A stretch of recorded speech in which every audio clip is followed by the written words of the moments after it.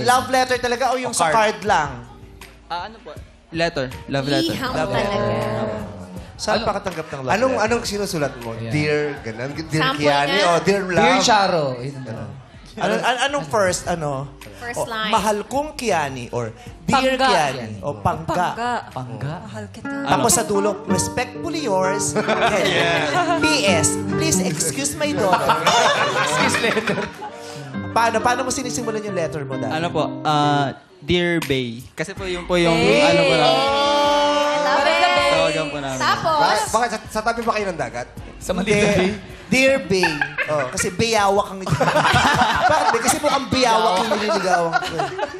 Dear Bay. Nauso kasi yung mga Bay-Bay. Dati. Oo. Di ba sa Itbulaga dati may segment yung That's Sexy My Bay. Bay. Nauso Yeah. yung term na Bay-Bay. Yes. Si Alden, di ba siya yung Yes. parang Bay. Bay something. Ano na ba yung uso ngayon? Ha? Ngayon, ano na ba uso ngayon? Salt Bay. Ano naman uso ngayon tawag? Para mga bebu. Ha? Mga babu. Kay Darren. Darren, anong usong tawagan ng mga Gen Z ngayon? Dar. Girl. Daw nga Dar. Ano? Dar. Dar. darling, Darling, ganon. ha? Oh, Gusto ba yun? Barley. Sino tinatawagan mong Barley? Ano yun? Anong... Teka lang, naguguluhan yung bata! Parang may mga bayawak sa studio ng mga... Ano daw? Kasi dati, nauso yung mga babe, Gar? babe. Ano yun? Relax, relax. Relax. Ano daw usong tawagan ng mga Gen Z ngayon? Parang ano naman, love, babe, ganun pa rin. Mga... Minsan pwedeng baby, babe.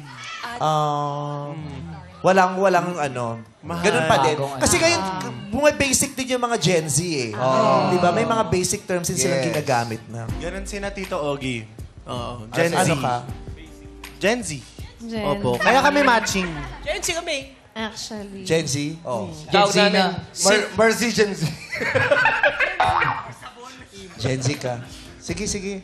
Kung yan ay kakahaba ng buhay mo kang natin.